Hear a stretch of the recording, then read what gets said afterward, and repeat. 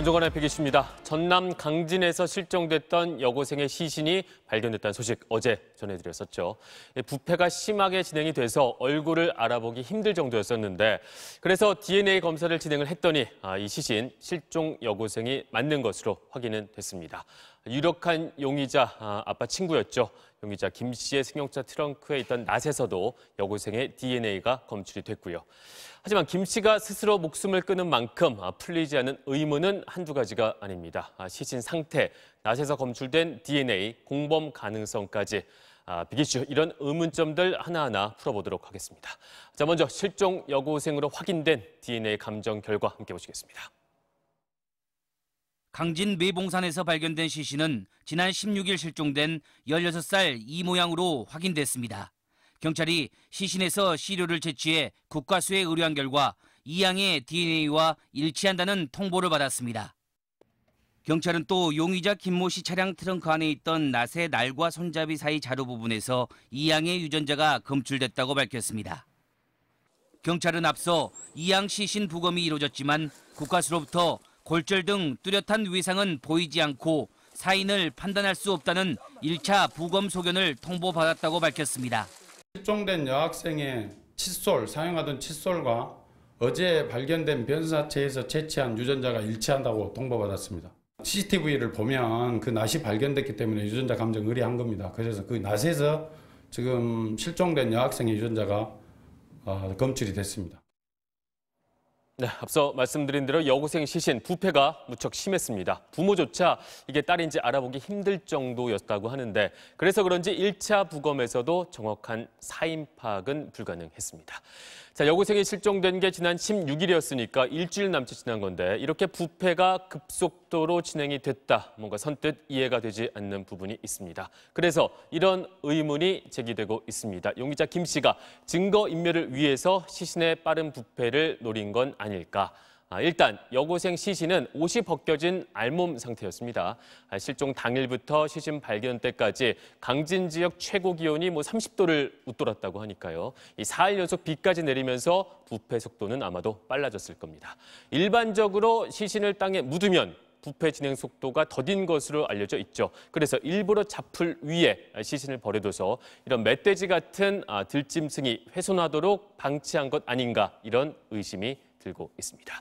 용의자는 개농장 운영 경험도 있었기 때문에 부패 관련 지식도 충분했을 것으로 추측이 됩니다. 자, 김 씨의 승용차 트렁크에서 발견된 낫, 이것 역시 의문투성입니다. 낫의 손잡이 부분에서 여고생의 유전자가 검출이 됐는데 이게 혈흔이 아니었고요. 침이나 땀 같은 체액이었습니다. 그래서 경찰 이런 가능성 제기하고 있습니다. 여고생이 김 씨와 함께 수풀이 우거진 산을 오르면서 낫을 사용한 건 아닐까? 여고생이 약초나 열매를 채취하다가 살해된 건 아닐까?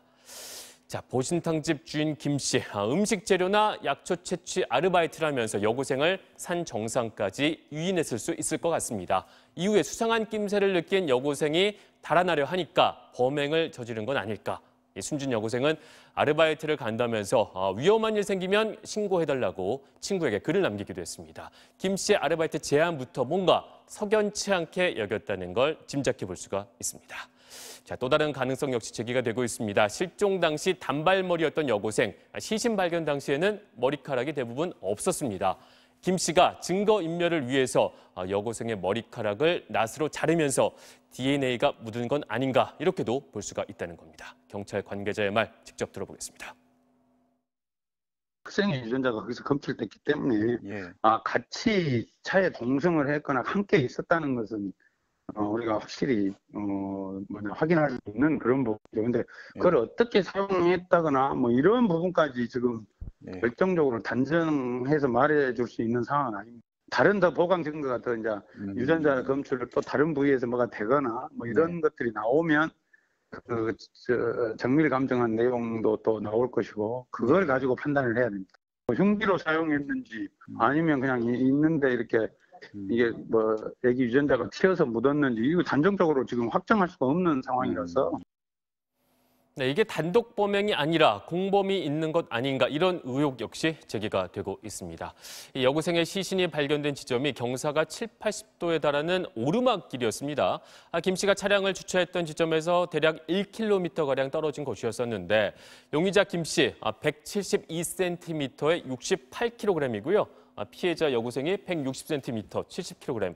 덩치로 봐서는 크게 차이가 안 납니다. 그래서 이거를 살해한 뒤에 시신을 홀로 옮기는 건 사실상 불가능해 보인다는 거죠.